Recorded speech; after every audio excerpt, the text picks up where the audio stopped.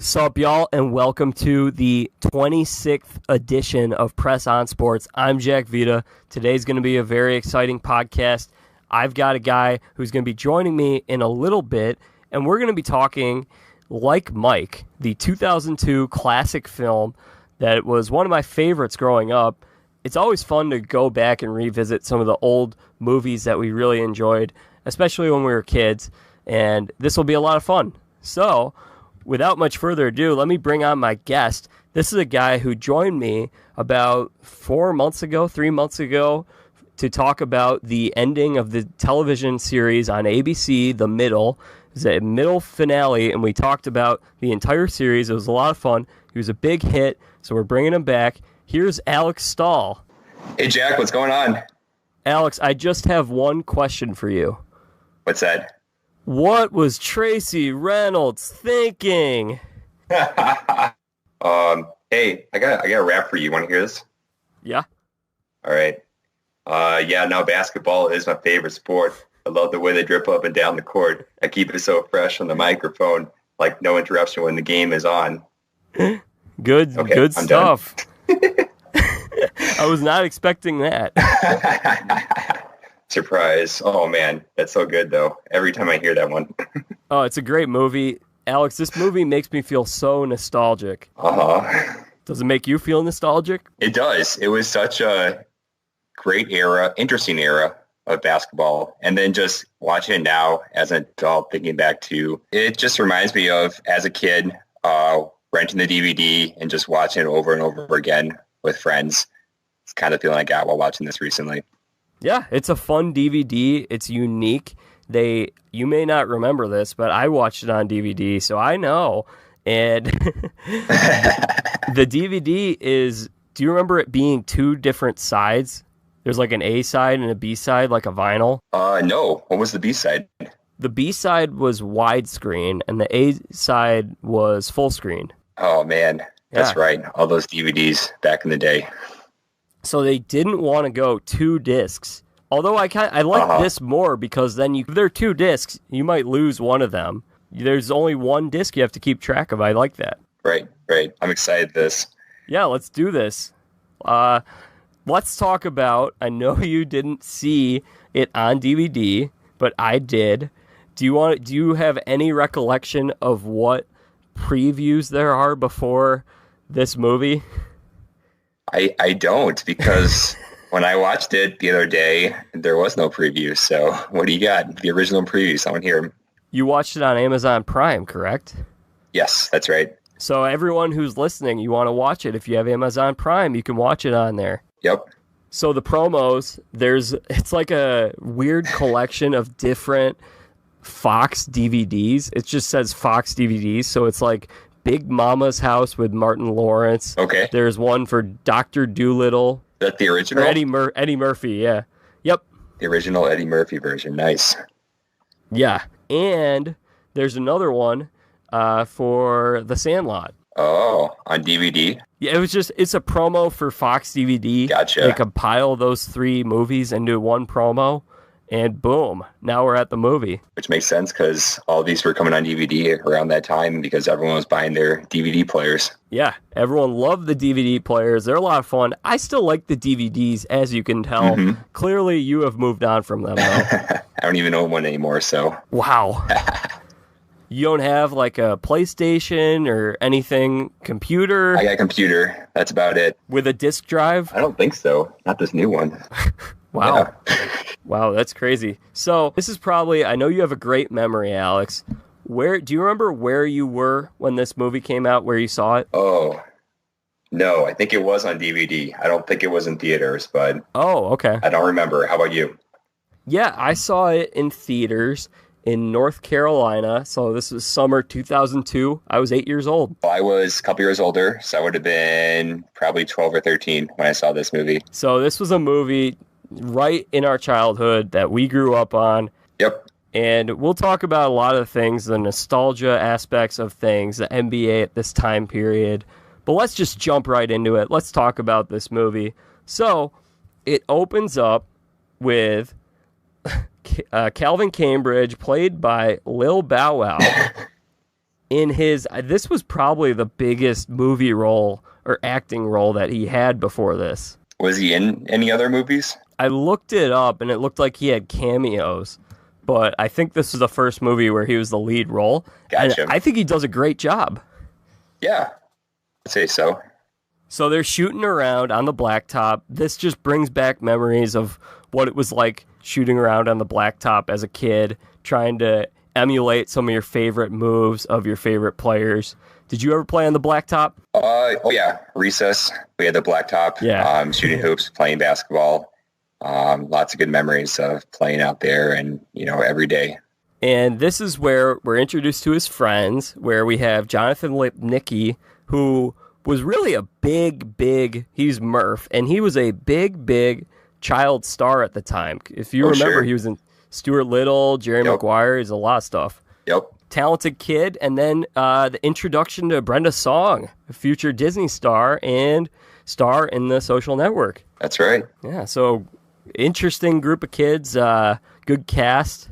Such a great cast, so many good kids, future stars, current stars.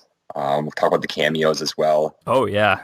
But I have to say, and we'll get into this some more, but Murph and Reg are really the MVPs, I think, of this movie, because Calvin has the two best friends right here supporting him all the way. So yeah, great friends. It'll be fun to get to that. For sure. And right away, we're introduced to, so he's an orphan at this orphanage. It's really interesting because we just see how much guts this guy has. Calvin Cambridge, he looks like he's short, although he towers over Jonathan Lipnicki, so he can't be that short. Right.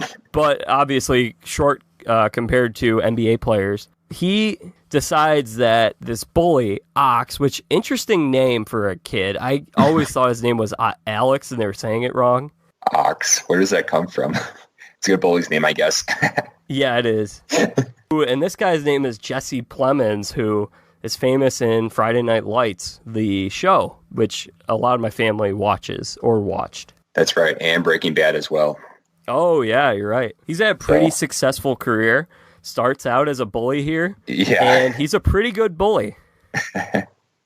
Sure is, man. He's mean. Like, everything he does is just to torture Calvin and his friends, and he's pretty good at that. Yeah, he's a very good character in this movie because he's complex. He's got a lot of layers to him. So there's a scene later in the movie where they go to the Knights game, and they're all having fun, and he's having fun, and he looks like, no, they can't see me like I'm having fun. Mm-hmm. You get it because he tries to act tough. At the same time, he wants the same things that these other kids want, which is, to have fun, but also to keep hope that someday he'll have a family as well and not have to be stuck as an orphan in that orphanage. Yeah, absolutely. That's definitely what they're all hoping for. He adapts into this bully role, and we don't fully know his backstory, but we know he's an orphan, which means he's had a rough childhood. So anyway, this is where we see what kind of spine Calvin has, because Ox comes up, he says, hey, I'll play you for your jersey. And Calvin, he doesn't hesitate. He just says, oh, yeah, of course I'll do that.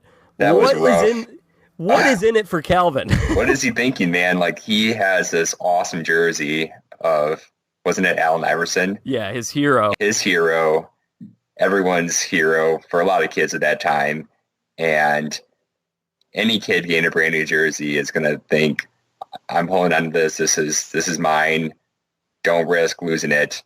And I have no idea why he took him off on that offer. What was your first jersey that you had, basketball jersey, that you would always wear when you were shooting around? Oh, Michael Jordan, of course. I had an Allen jersey, but it wasn't Allen Iverson. It was... Ray Allen? No, it was not Ray Allen. That was my second jersey. Any other guesses? Allen Houston? Yes. Oh, man. That was your first jersey? It was. Nice. Do you still have it? I do have it somewhere, and I know I had it when I saw this movie. So it was right around the time that I got interested in basketball. Yeah, I wore my Michael Jordan Bulls jersey all the time, shooting hoops back in the day. And, of course, this movie, and every kid at that time, he was everyone's hero, and still have it today. Doesn't fit me anymore, but I still have it somewhere. So if the schoolyard bully said, Alex, let's play basketball, and if I win, I get to take your jersey, do you play him? No, of course not. I know I'm not going to win. I'll keep my jersey in.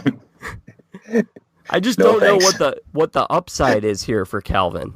I think he just was not afraid of taking on the bully any chance he got, even though it didn't look very good for him.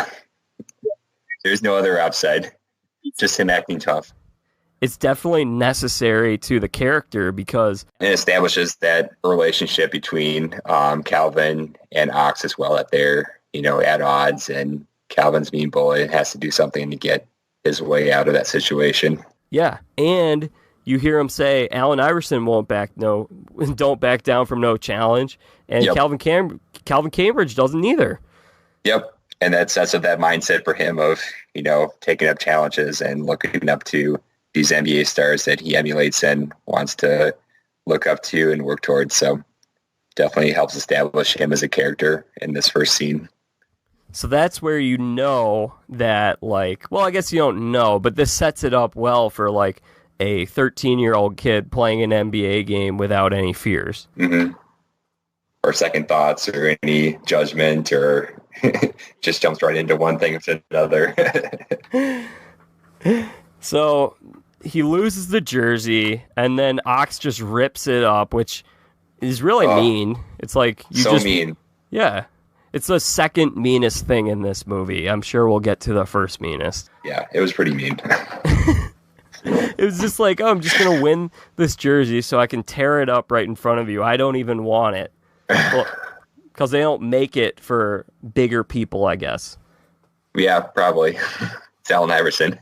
That makes sense. It's funny because he looks a little like an Allen Iverson mini-me in this movie. Oh, yeah, for sure. I can see that. They talk about how they all just want to get adopted, and then they start rattling off a list of all the famous people who were adopted. Were there any snubs from this list that you could think of? You got Moses, Nelson Mandela, Marilyn Monroe, and Dante Culpepper. Wow. I don't know. You got any? No, I don't. Okay. That's a good question. To think about that one. I love how Jonathan Lipnicki, a.k.a. Murph has to tell me he plays in the NFL. Well, thanks, Murph. I love his enthusiasm. Every time Murph has something to say, he's always so enthusiastic about telling you what's on his mind and telling you what you need to know. So, love that. Yeah, it was his way to back up Calvin. He had to chime in and say something there. Oh, Murph. So in the next scene, we see them selling candy outside of the Staples Center. Yep, Staples Center right there in L.A. This is where we're really introduced to that evil man that is Biddleman. Oh, man. Poor guy. So evil. He's awful. He's the worst. Uh-huh. And you know which movie this actor was in, right?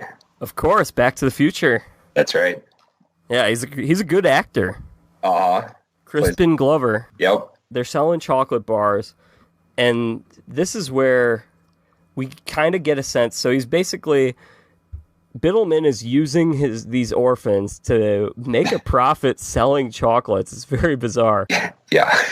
Yeah, I guess there's not too much in this scene, but the big thing is that Calvin ends up almost selling a chocolate bar to Coach Wagner, who is also a famous actor, Robert Forrester, I believe his name is, and he's in a lot of stuff. Yep, also made an appearance in Breaking Bad as well. Oh, wow. Yep. He's Tim Allen's dad on Last Man Standing. Oh, nice. Doesn't make sense because he sounds like a New Yorker. He's got a great voice, though, this guy. Yes, very likable character, too. Just right away, you're like, oh, man, this guy can be Calvin's friend. Yeah, he's the man. He's also in The Case for Christ, too. Okay, sweet. Calvin admits, I don't even know if this money is going to help us at all. I can't scam you. You're the coach. He offers him $20 for a chocolate bar, and then Coach Wagner wants to help out the orphans, but he thinks, oh, well, why don't I give you guys tickets to a game? That's pretty sweet. So how many tickets did he give him? I didn't see the count, but it looked like you had the big three there, and then Ox and his, I don't know if you want to call him his sidekick or his minion. He didn't say much. He was always just kind of there, being the other bully, but not really saying much or being too intimidating. Like good cop, bad cop kind of strategy they have. Right. One of the things that's really cool about this movie is they really get to the point. To answer your question, though, there are 5 tickets, I believe. Sorry. Okay. But yeah, they do really get to it. So that's something that's, for me, rewatching this movie, you have to put yourself in like watching it as a kid, where you appreciate how the plot moves along and how predictable maybe some of the characters are and some of the things that happen. But certainly, like, as you get older and watching it as an adult, it's not as deep as maybe most movies we're used to watching. So they definitely do keep moving along here. So makes it for an easy watch for sure. Yeah, and I think one of the things is this is a movie that I don't really think you can hate on. If you want to say, oh, it's unrealistic or it's not like a very deep movie, as you mentioned, it's just a fun watch. It's a fun watch, and I don't think you can hate on that. Yeah, definitely. And especially for all like the basketball scenes and the cameos that we'll see coming up here as well. That part definitely makes it fun, especially for this era of the kids and then the NBA as well. I would give so much to have been the kid in this movie that gets to play Calvin Cambridge. That would have been awesome. It would be like a fantasy camp. Yes. Bow Wow can play ball, too. Yeah, I was pretty impressed. He was out there, really playing well, so that was good. And he was a big star at the time, and I was trying to compare him to someone who would come for, like, some of the people are a little younger that don't remember Bow Wow Mania. It was kind of like he was similar to like a Justin Bieber type of like a 15-year-old who was very, very famous. Just a kid that was famous and talented. And, speaking of basketball, so he actually played college basketball. Where? He was a walk-on, I believe, at USC. Oh, you're thinking of Lil Romeo. Oh, never mind. Lil Romeo. I bet. Yeah, I was gonna say, are you team Romeo or Bow Wow? Because they drew a line in the sand, and you had to pick one of them growing up. Oh man, I was not paying attention. Yeah. How about you? I like Bow Wow. I mean, I didn't really. I mean, the Lil Romeo show was fun. It was a fun watch. I mean, that's a show I feel like people don't even remember very well. So it shows how much I know when I confuse Bow Wow and Lil Romeo. So I take that back.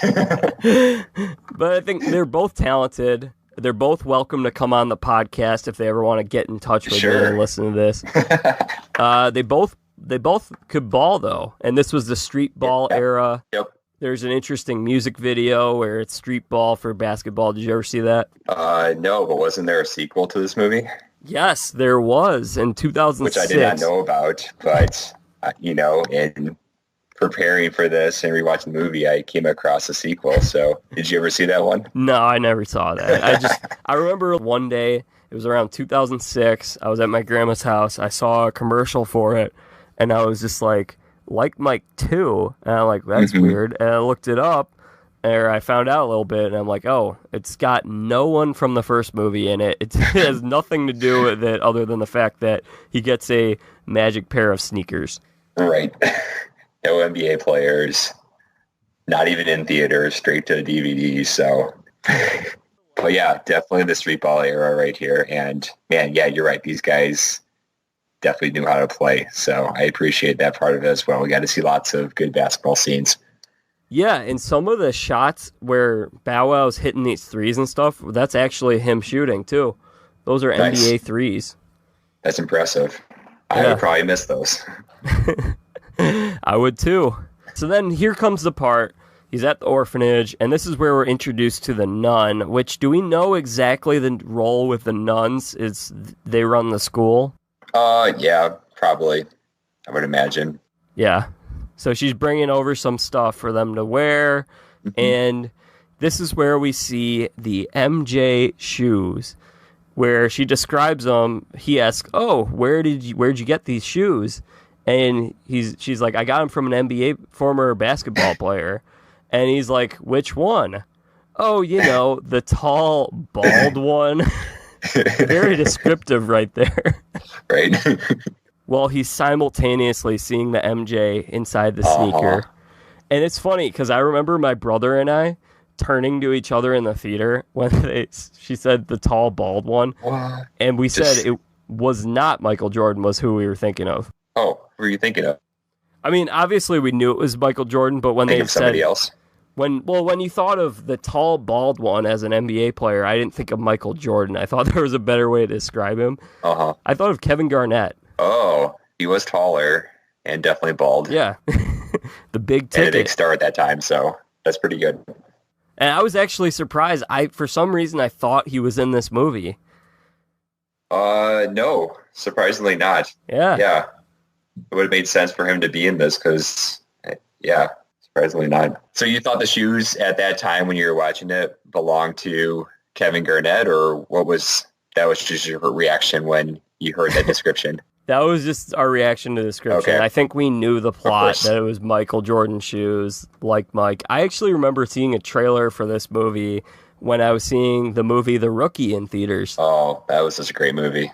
Yeah, another one worthy of a podcast. Yep, for sure. Anyway, this is where we're introduced to the fact that we don't know for sure if these are Michael Jordan shoes. Alex, are they? Do you think they are? Do I think they are? Yeah. Yeah, I mean, what other reason will explain the talent and the power that he gets from wearing these shoes?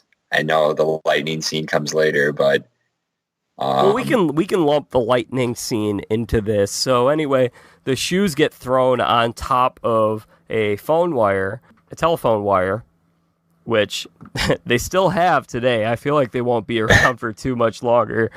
So if you're listening to this podcast in the year 2038 and you're like, what's a telephone wire? Look it up. Now we sound old. But here's a question, Jax. So you're talking about these shoes, and the question is, how did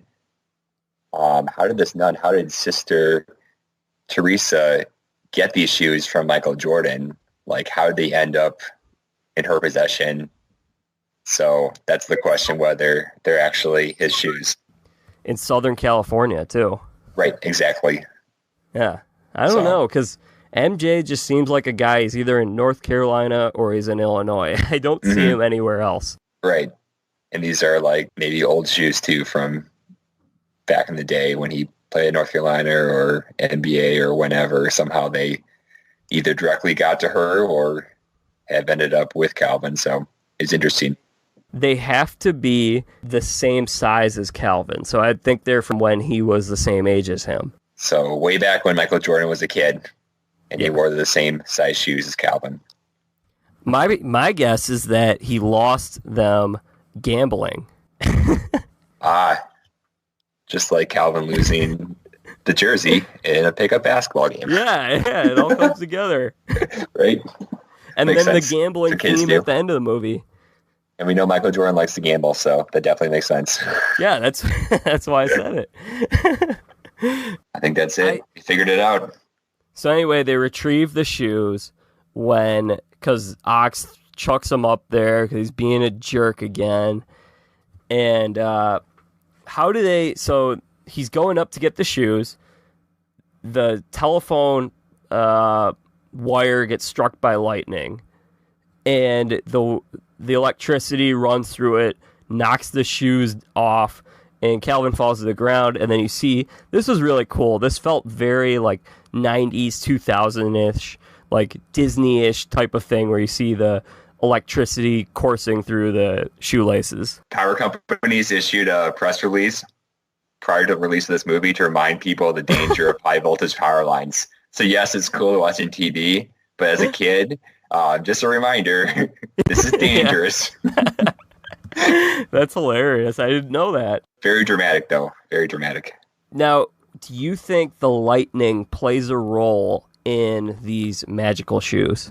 Did it bring the shoes to life? Did he wear the shoes before No. that scene?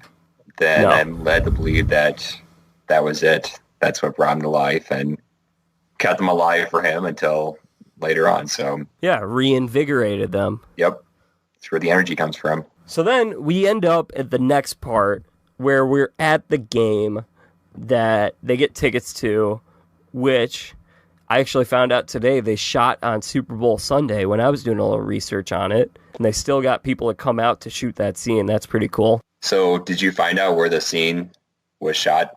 Yeah, they shot the scene outside of the Staples Center on Super Bowl Sunday, for the record. So Okay. they shot all those outside the Staples Center, but as Cool. you know, this was not the actual Staples Center that the games were inside of. It looks different. Yep. So it was in the Great Western Forum. Yeah, where the Lakers used to play. Right. Yeah. Which I did not realize until kind of doing some research that, I mean, if I would have thought about it, I would have realized that it's not the Staples Center, but it's definitely different. And then going back to Michael Jordan, so, just to follow up on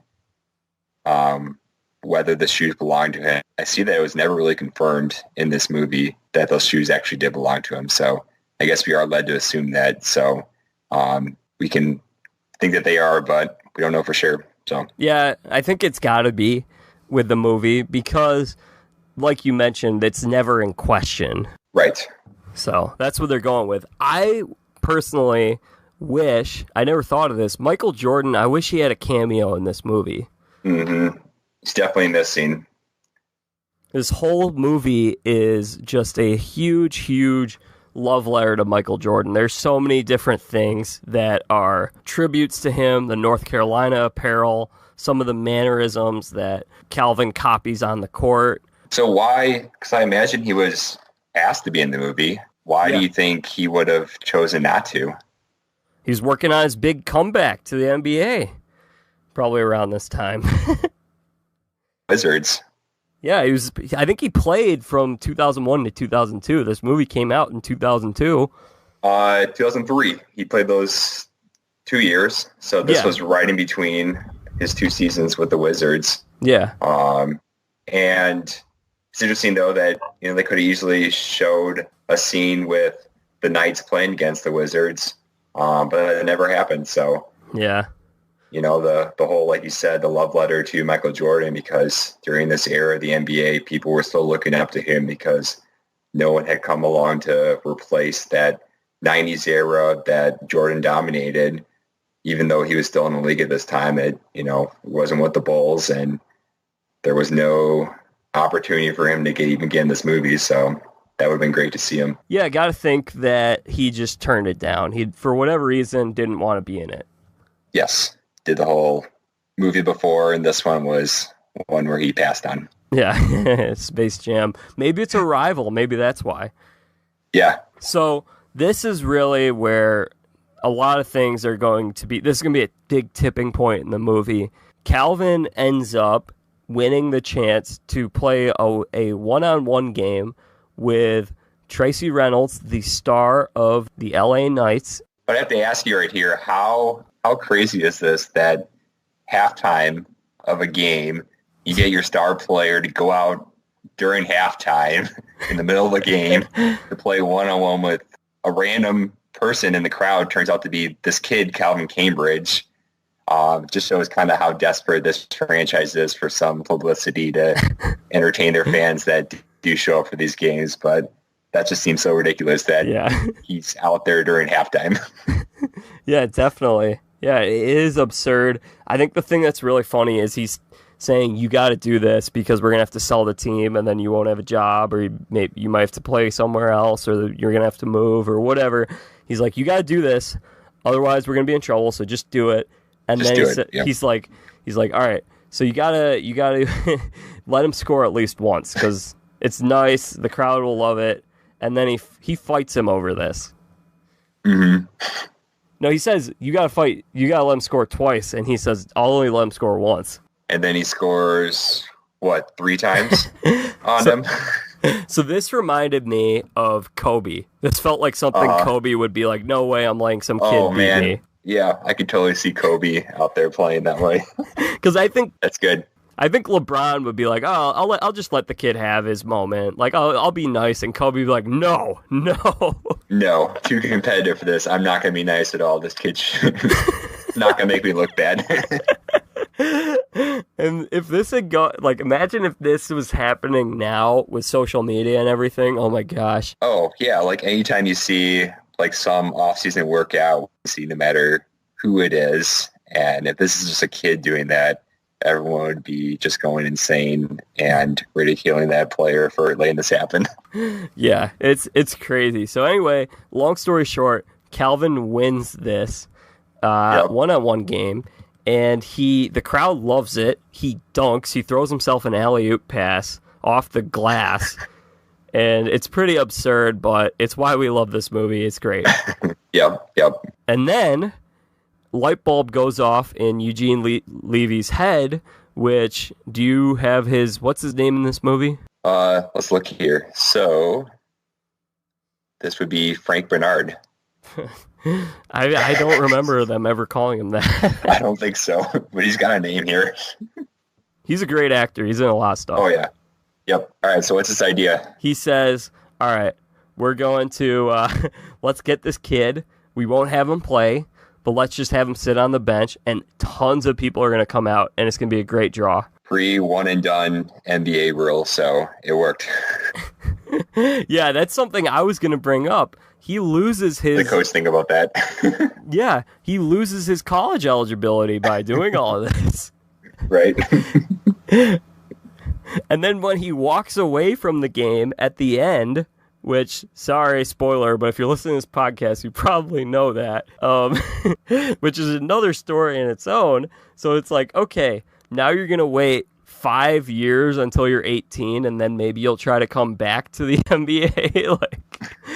Man, he missed out on being a kid. We'll get to that, though, but he had good reasons. Yeah, he did. All right, so they sign him up. He's 14-year-old kid because everyone heard about this. He just beat their best player. The plan right now is to sit him on the bench and people will show up to cheer him on. And, if they're going to show up to see him, they're going to probably want him to play too. So we'll see how that works. Yeah, so he gets there. He finds out, oh, man, I can't wear my shoes. Like, this is bogus. Right. It's all because they tell him you just have to look nice. And he's just so bummed out by this. He says, okay, whatever. I'm just not going to I'll just put on these shoes. 'Cause I'm not going to play. He's really bummed. He's sitting on the bench. He has a great idea for a play, which still doesn't really make all that much sense to me when he tries to explain it.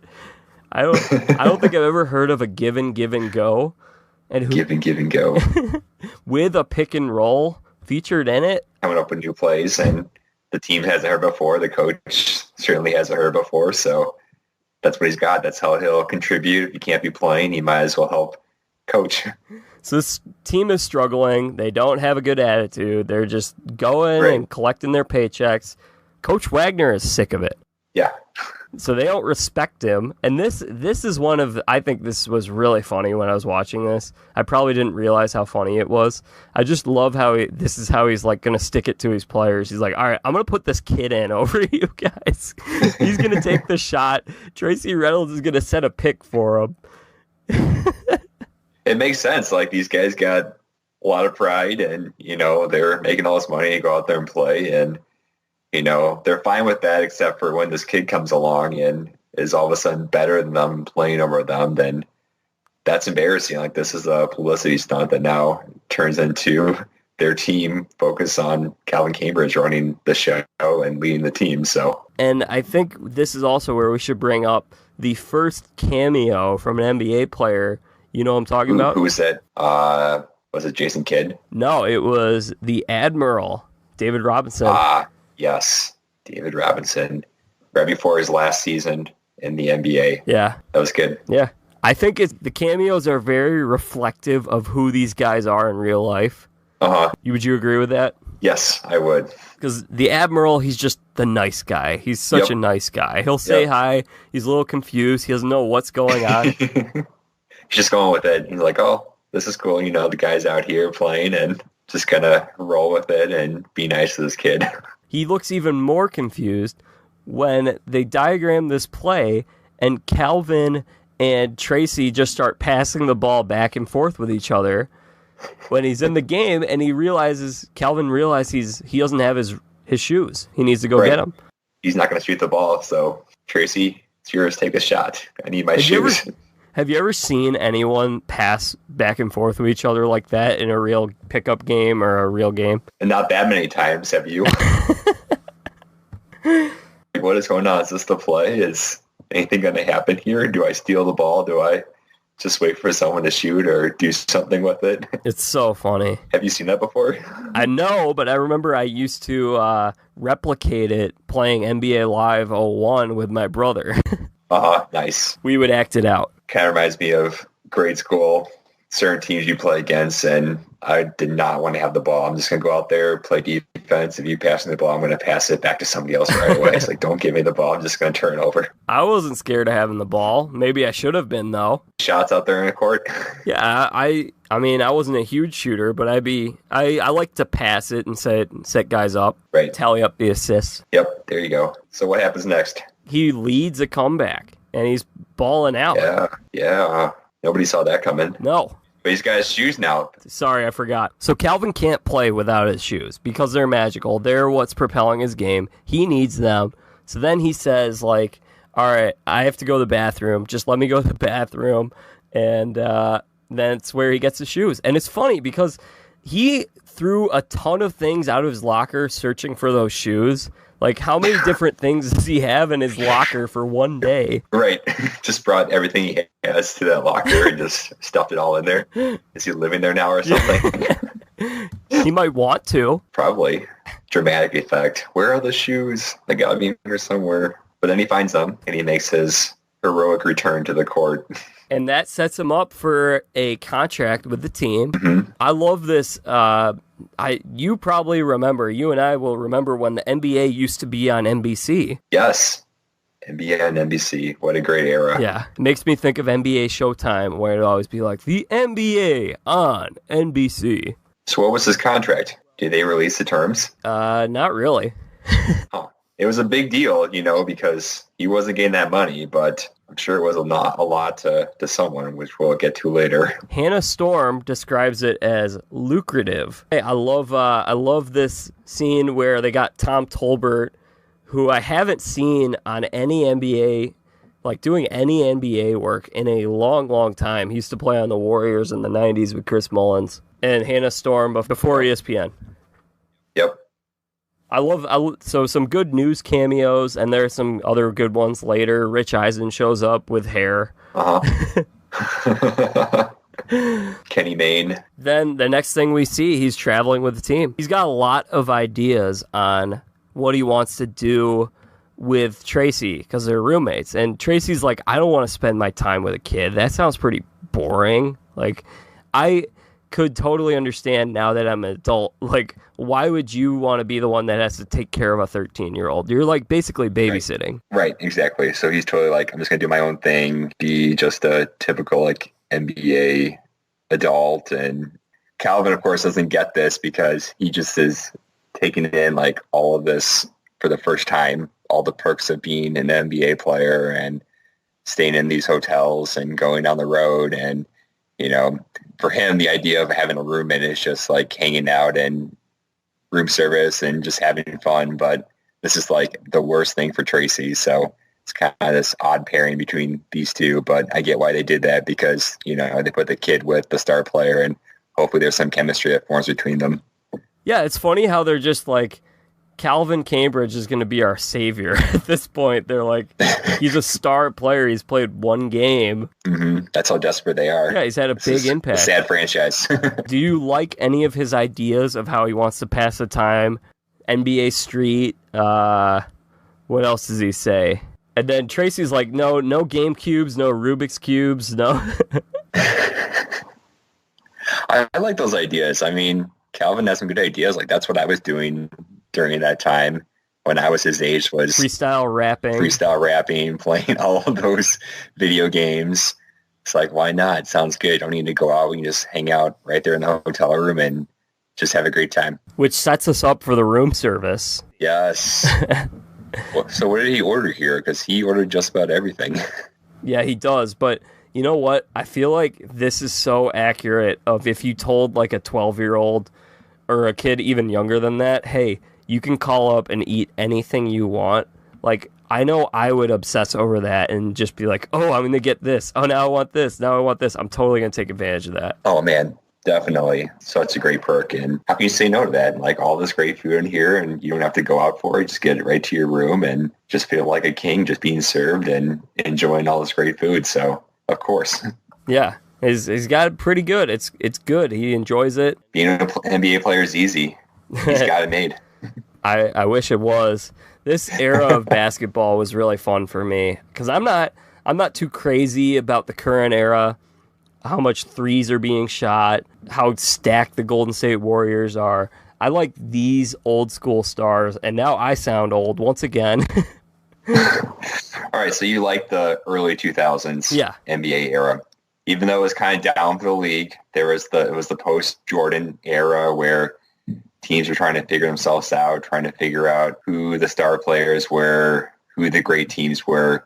And there really wasn't any besides the Lakers run. So why was it a fun era for you as a kid? I guess I like the players. You bring up a lot of good points. I wasn't one that was like, oh man, I'm really bored by defense winning championships because that's what happened with the Detroit Pistons, the 03 Spurs with two big men, Bruce Bowen. Like, I like that kind of stuff, but I mean, obviously to the casual fan, that may not be as exciting. And I don't disagree with you because like this was right around the same time I started paying attention, like fully like investing myself and like watching basketball and rooting for teams and following the league as well.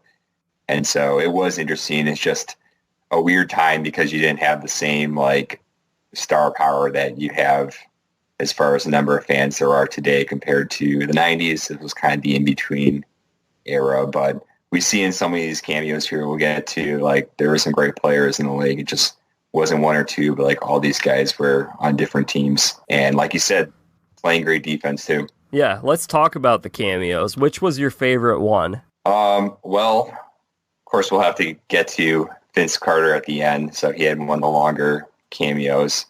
Jason Kidd and Gary Payton were interesting as a Bucks fan, seeing those guys in there because both of them spent some time here in Milwaukee. And I'm just looking at this list here, and like there are just so many here. I was watching the deleted scenes. They cut a scene with Ray Allen, Dikembe Mutombo, and I think it was Steve Francis, I want to say. What? No way. Ray Allen was my favorite player during that time.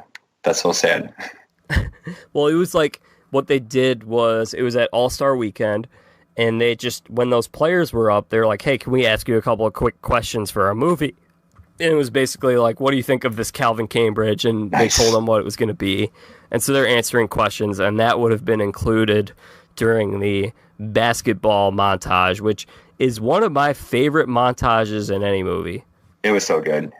It was so good just to see all of that and then all of these players too. Do you know which two players are still playing in the league today? Ooh, that's a great, great question. Okay. Of all of the people who were cameos, right? Yes. Dirk is one. That's right. Yeah, which is, I love hearing his German accent. Hey, man, Can I have your autograph? So great. Oh, sure, man. Who's it for? It's for my niece. What's her name? Dirk. Dirk.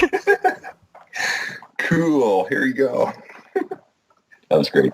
So one is Dirk, and then I have to think who. Oh, and Vince Carter, of course. That's right. And that's funny because it wasn't like either of these guys were super young in the league at this time either. No, I mean, Vince Carter was already a star, and Dirk was still a few years into his career as well. Yeah, like maybe like 4 or 5 years in. Yeah, I think so. He just finished his 20th season, so. Another Bucks draft pick, by the way. Dirk Nowitzki, that's right. Yeah. Don't remind me. That was sad. They're on this road trip in Philly. They have the room service scene, which is a lot of fun. And then it's funny because I never quite understood this. I figured this girl, as a kid, that Tracy is taking to his hotel room is his girlfriend. But now that I understand adult life, I would think it's a girl that he had probably just met at a club or something. Yep. I noticed that for the first time watching it as an adult. You get a whole new perspective on what's going on here. So that's a good point. And this is the only scene with her in the whole movie, too.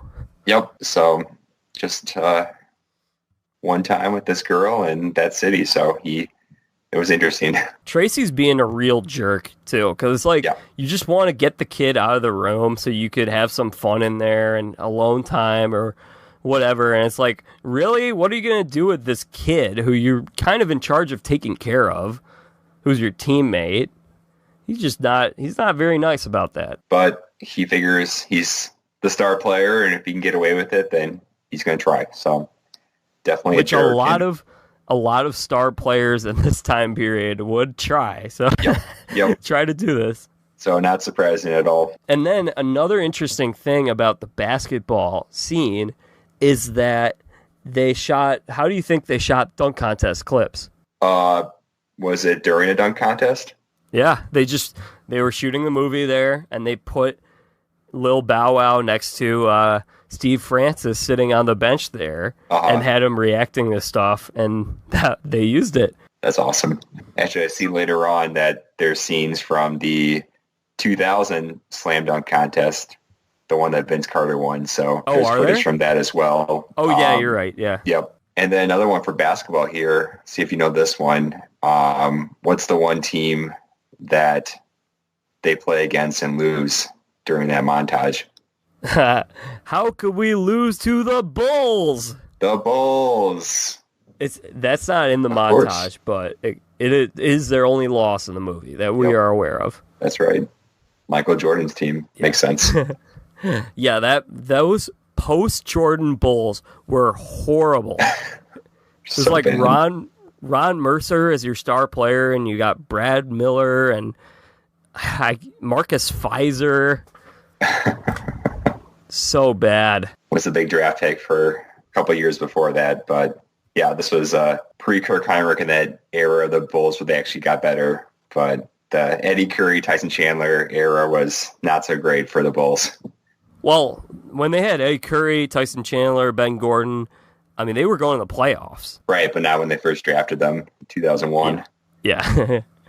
I guess I don't think of it as their era as much as I think of some of those other guys like Marcus Fizer as the face of your team. Yeah, he was pretty bad. Did he play on the Bucks? He did. 1 year. He briefly played on the Bucks. So kind of when he was bouncing around different teams. That Bucks team wasn't that great either, so that's why he was there. Another part of this, with all these cameos, the players, which kicks off the basketball scene that I love, is he gets to finally meet his hero, Allen Iverson, which asks, "Are you a mascot or something?" Which is, it's funny because he's like, if he's a mascot, he would be an Allen Iverson mascot because he looks like a little mini-me. Yes, that's hilarious. And then Jode or whatever his name is like, players don't ask for other players' autographs. And that's when Allen Iverson goes, "Player? You talking about practice?" Yep, that was not long before this movie. Yeah, Allen Iverson's very unique personality. I don't think the NBA has seen any other player like him. It's also fun, the part where Calvin copies the same clothes that Tracy's wearing, the suit. That's great. New player to look up to, trying to figure out how to fit in and get his attention. So nice job, Calvin. You're learning. It's also way too big for him, too. Right. The pants. Some of the other significant things, you got the joyride where Tracy falls asleep in the car. Yeah, that was impressive. That was funny that he was able to drive back, and you look at the clock and it says 11:56. And you're like, all right, Calvin, got to get back before curfew. And he finds the tire in the trunk and props himself up and is able to drive all the way back. You know, he only hit a couple cars along the way, so I guess that's fine. He made it back in time. Yeah, he did. And he only gets his only discipline is that he's benched. There's no problem with the law that he's driving underage. Right. That's fine. Well, without a license, past curfew. Right. Oh, there's also on the way there, they have the great "Y'all Gonna Make Me Lose Your Mind." Oh yes, that was good. One of the great things about this movie is that it taught me how to look at triangles properly. Did it have that effect on you? Yeah, that was such a great scene when we're seeing how that is explained and how the triangles work in that offense. So that was pretty sweet. Yeah, it was great. I loved it. Well, you mentioned the triangles, and here's something interesting that I found about Tracy Reynolds' mansion. Apparently, it was formerly owned by Tracy McGrady. Oh, I know. Oh, I thought you were going to ask me who. I knew that. Oh, shoot. I didn't know that. No. Did you come across that? Yeah, I was listening to DVD commentary today, and nice. Bow Wow said that. And I was like, why did he have a place in Southern California? Was it in Southern California? Yeah, they shot that in Malibu. Well, I'm sure a lot of players have places in California, so... Yeah, they just didn't have any Twitter back then to be like, oh, so-and-so got a place in Southern California. They want to come to play for the Lakers. Right, different era. These guys actually were able to hide sometimes. Yeah, that was a great scene. The paint is so fun. And interesting thing about that is that they had to have Murph in that scene. Otherwise, Tracy would have no sort of information or relationship with this kid that he will eventually adopt. Oh, that makes sense. I didn't think about that. That's a good point. That's why they had to include him in the scene, why he shows up late, which kind of is kind of random if you think about it as face value. But if you're making a movie, you have to have some sort of way that those two interact with each other. Well, speaking of Murph, it was great to have him in this scene because he is such a cool kid, fun character.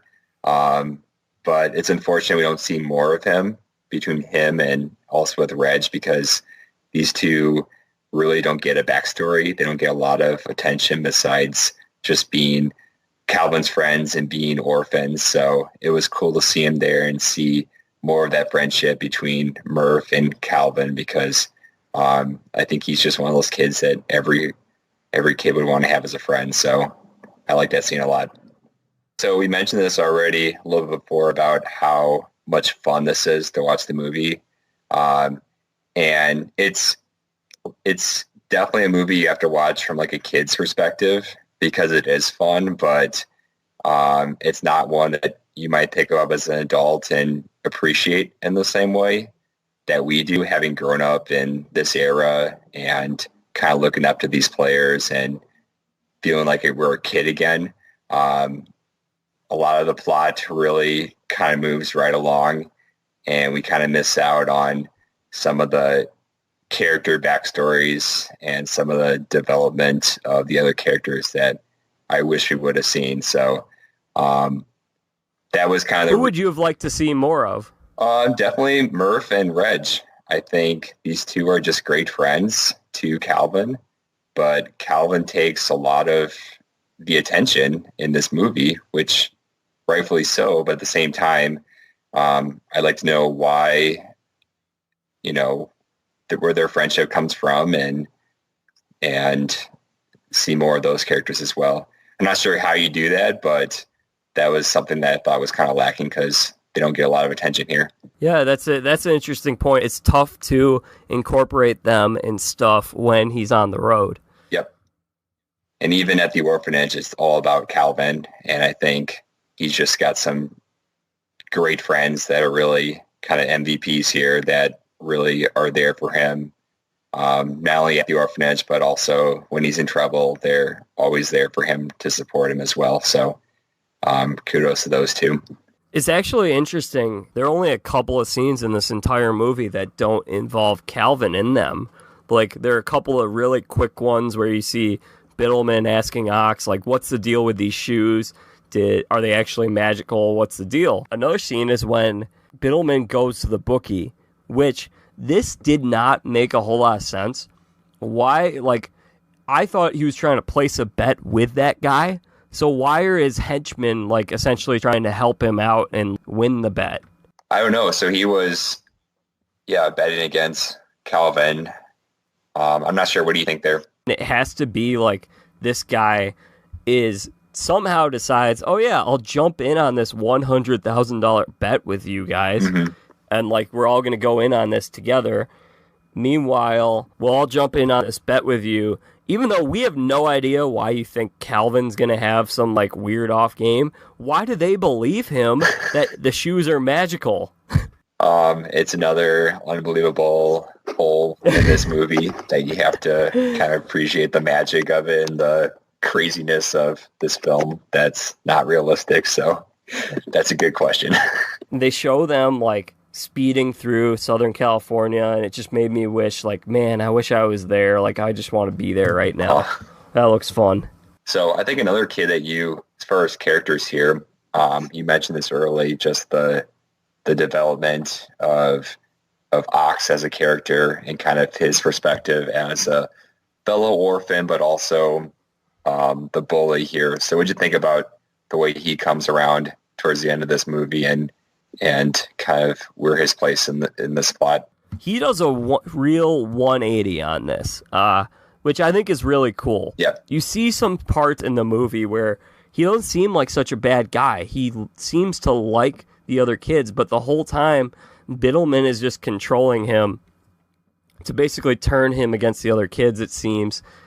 And it seems like Biddleman just wants them all to think he's cool and they all should try to impress him. Meanwhile, like, most of the kids have turned on him. And so ultimately they need to get Ox to do the same.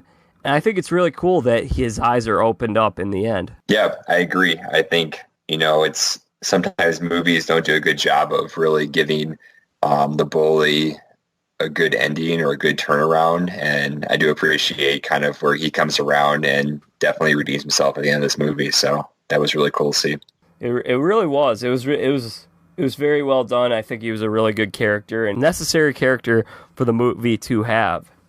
Yeah, and they realized as orphans, like, they all kind of had the same goal here. Like, they have big dreams, but, first and foremost, they just want to have families and they want to kind of get adopted and fulfill that dream. So all those kids are on the same page and on the same team here. I think another part that I really like is the Gary Payton part, because I love the part where he's like, now you know what it's like to be in the glove. That was hilarious. Speaking of defense. He's like, it's more like a mitten. That was hilarious. I really enjoyed that. I've got a little theory here. I want to hear your thoughts. All right, go for it. Does Murph ruin the sneakers by putting them on? Could he have messed them up or nicked them up somehow? It's possible. I don't know. What do you think?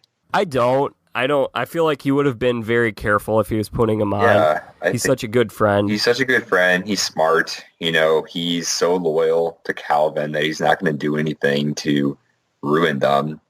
If anything, I feel like it's just Calvin playing so many games and playing the way he does in those sneakers that eventually that was bound to happen. We talk about how old these sneakers are too. Like, if Jordan had them as a kid, like, they've been around for a long time. So that was something that was eventually going to happen. And I feel like Murph is more careful than Calvin would be. I think Calvin could be careless sometimes and not think about what he's doing in those sneakers. So yeah, I agree with you. I think that it's also like a kid that sees those magical shoes, has them alone with him with nothing to do, like, is totally going to be like, can it work for me? Like, what's the deal with these?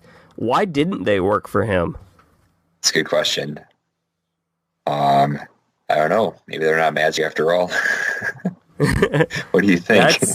That's interesting. I think it was a magic pair of shoes.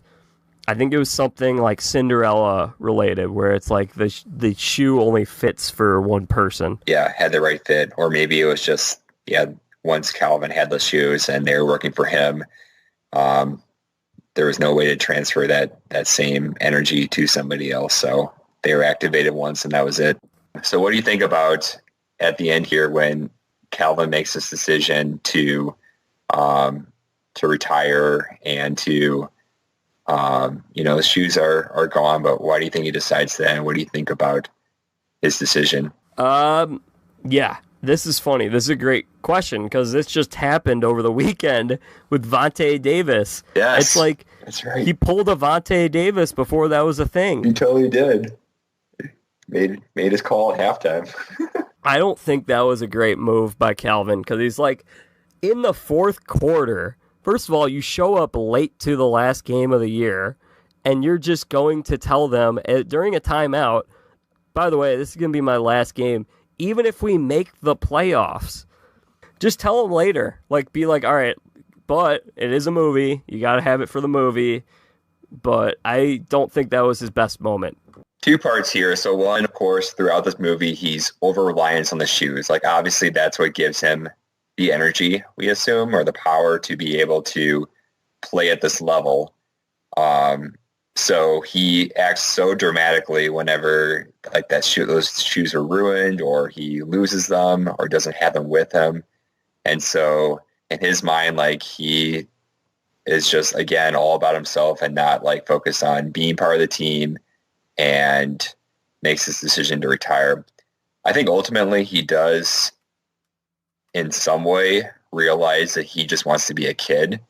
And so I give him credit for that, for realizing that, you can chase these dreams, but sometimes in like his circumstance or other times when we just have to wait and like realize that, okay, Calvin just wants to be a kid right now. And that's kind of afterwards the realization that he gets once he does decide to quit playing. I agree. And I think it's also very interesting that he ends up turning down the Boyds, his dream family, which is similar to the Fresh Prince of Bel-Air family. Yep. Also, Alex, do you know who Mr. Boyd is in this movie, who the actor is? Oh, I don't. Who is it? Did you ever see the sitcom Family Matters? Are you familiar with it, with Steve Urkel? Oh, yeah, of course. Yeah, he's the dad on that. Nice. He seems like a decent guy. Kind of weird, but, they both definitely like each other, and they were excited to have Calvin. What'd you think about them? Well, I thought they seem really nice. Like, I could see that he didn't fit with them, but, I mean, they have a lot of money. They're not flocking to Calvin because they need the money. Yep. Yeah, genuine, honest, nice people. So, but the weird thing was, did I miss something here? So he, after the game, told them that he would meet them in the parking lot. When did we go from, okay, see you later, to him choosing not to live with them or be adopted by them? There seemed to be like a gap of that never happening. Yeah, he never like is having any moment why he says, oh yeah, no, this isn't going to work, or he doesn't tell someone else before, like, I don't know, I'm not sure about this. He looks a little hesitant, like, oh, I'll see you in the car, like, and then the only other thing is that he spilled like some Dr. Pepper on the tablecloth, which they all seemed fine about. They weren't like, look what you did, you little jerk. They were just like, oh, no, it's fine. We'll clean it up. Don't worry. Yeah.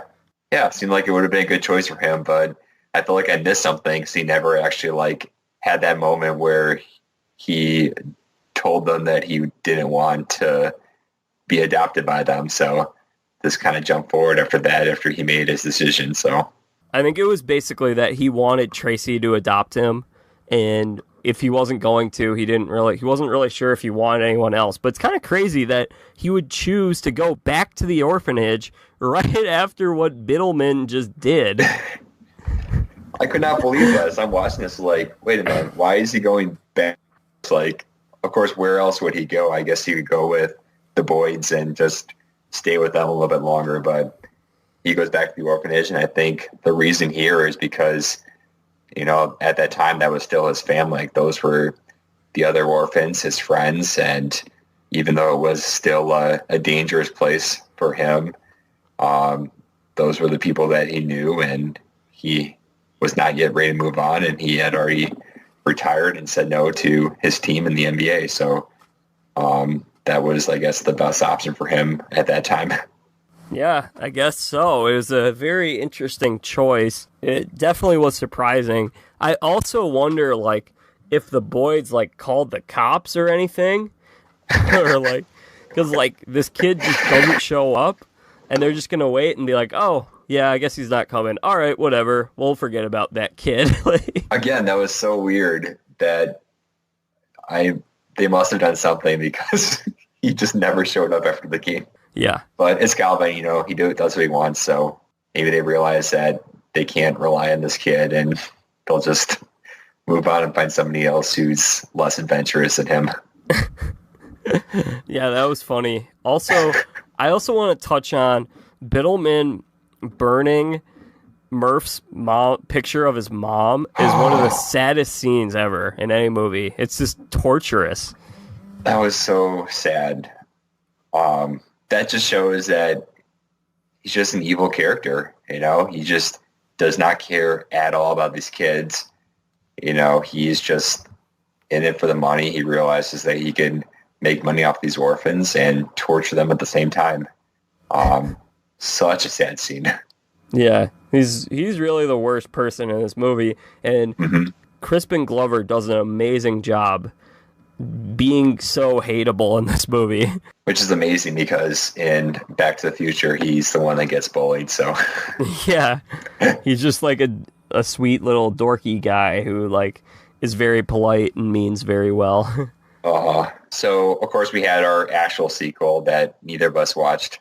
But I was kind of thinking about what this might look like today if we were to remake this movie and do it a little bit differently, have something more realistic.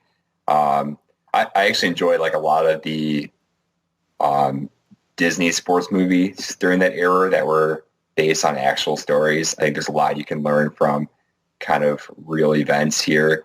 And yeah, like Invincible, Rookie. So here's one. So of course I mentioned this before, and as a Bucks fan, my favorite player is Giannis Antetokounmpo. So check this out. How about a backstory? A backstory of Giannis as a kid? Yeah. That's interesting. All right. So I'm going to read you a little bit of his bio here. And here's what it says. Antetokounmpo was born in Athens, Greece, December 6, 1994, the son of immigrants from Nigeria. 3 years earlier, his parents had moved from Lagos, leaving behind their firstborn son, Francis, with his grandparents. Even though Antetokounmpo and 3 of his 4 brothers were born in Greece, they did not automatically qualify to receive full Greek citizenship. For the first 18 years of his life, Antetokounmpo had no papers from Nigeria or Greece. And he grew up in the Athens neighborhood of Sepolia. The New York Times reported, like other immigrants to Greece, his parents struggled to find work. Antetokounmpo and his older brother, Dionysius, helped out by hawking items such as watches, bags, and sunglasses. And in 2007, Antetokounmpo started playing basketball. And by 2009, he was playing competitively for the youth squad of Vita. It's my best Greek attempt. Him and his 3 brothers growing up in the streets of Athens, which is a beautiful country, Greece, but Athens, it's a rough place too. There's a lot of people that live there, and they were growing up in poverty, and they were selling things on the streets just to support the family, and basketball was their way out, playing on the streets and eventually playing for the national team, and, eventually getting drafted and moving over here, and Giannis making his way in the NBA. So I think you have to do it in English. You can't have the Greek language and the subtitles, but I think that would be a pretty cool backstory and something realistic where you get to see what that's like, and just basketball being an outlet for being able to achieve dreams of making it as, the brothers and also their family and friends, and just I think it'd be a pretty cool story. Yeah, that totally sounds like one of those Disney movies that we mentioned. Absolutely. That's not what I was expecting for you to say. I thought you were going to say, like, oh, yeah, like Mike 2, and it's Giannis as a kid. And I was like, what? But then you explain his backstory, and it makes a little more sense as to, like, the similarities that you may see between a Calvin Cambridge growing up in hardship and a Giannis. Yep, exactly. So that's a movie I would watch. Kind of a different theme here. But anytime you get kids on a basketball court, I think that's something both of us would be interested in seeing. Yeah, I think so too.